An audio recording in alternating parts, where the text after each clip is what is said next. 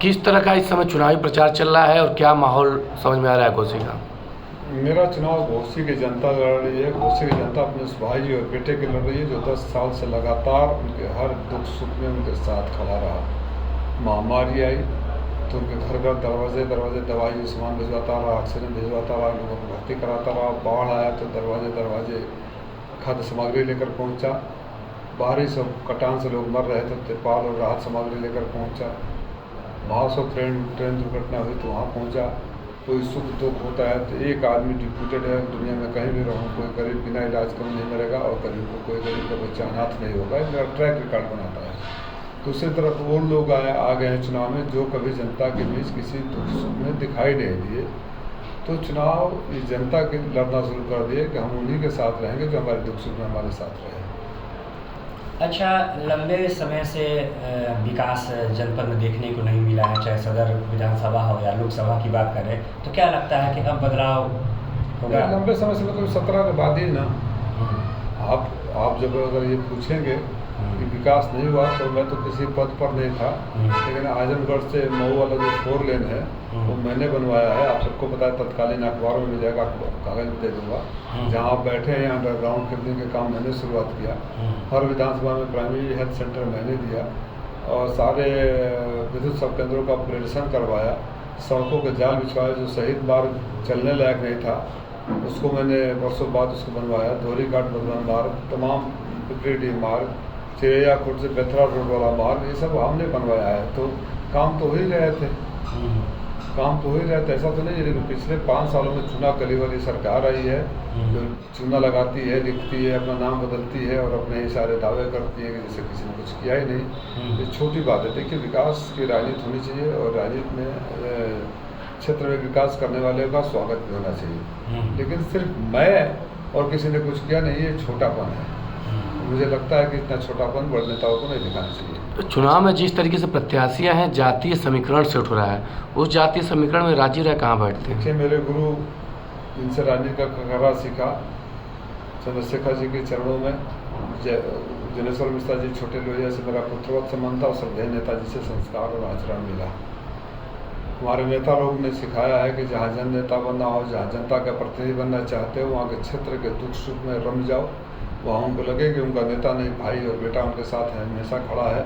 और मैंने वही काम किया कि हारने के बाद भी लगातार 10 साल तक बिना जात का भेद किए, बिना धर्म का भेद किए, एक मैसेज आ जाता है, फेसबुक पर मैसेज आता है, ट्विटर पर मैसेज आता है, व्हाट्सएप पर आ जाता है, फ़ोन आ जाता है, दुनिया में कहीं भी रहूँ और राहत सामग्री और लोग पहुँचते रहें, जिसके गवाह आप मीडिया के साथी हैं। मैं किसी बाहर कोई पॉलिटिकल स्टेटमेंट दूँ तो आप मुझे गलत साबित कर दीजिए कि इस जगह मुसीबत थी और आप नहीं पहुँचे थे, आपके लोग नहीं पहुँचे थे।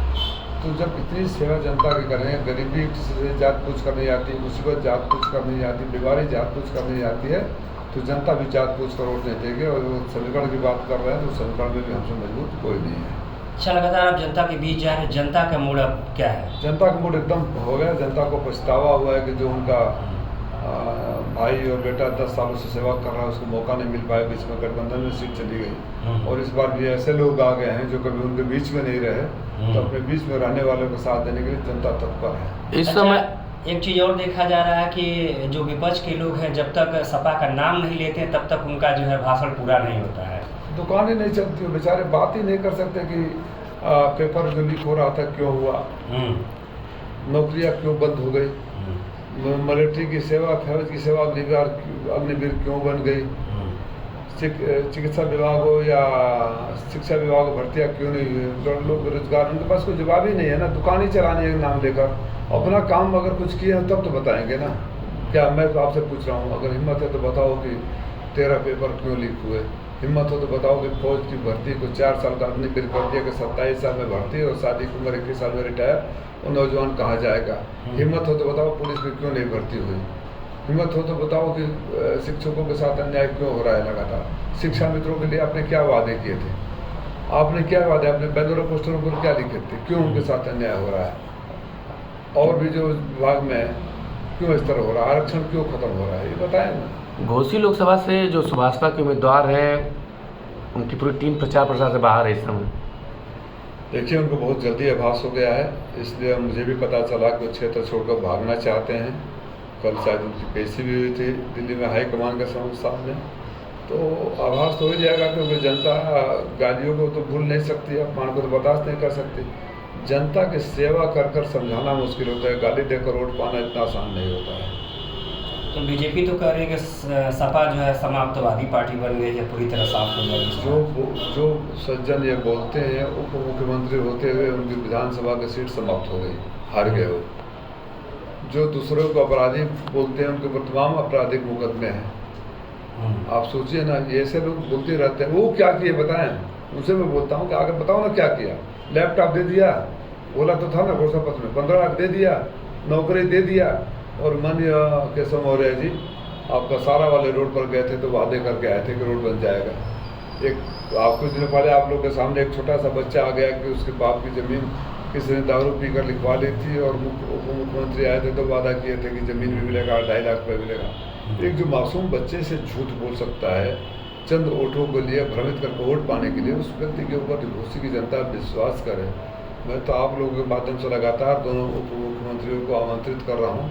मुझे पता है कि तीनों बाप बेटा, दोनों उप मुख्यमंत्री, 5 लोग जितनी बार आएंगे, जितनी बार बोलेंगे, उतना मेरा वोट बढ़ता जाएगा।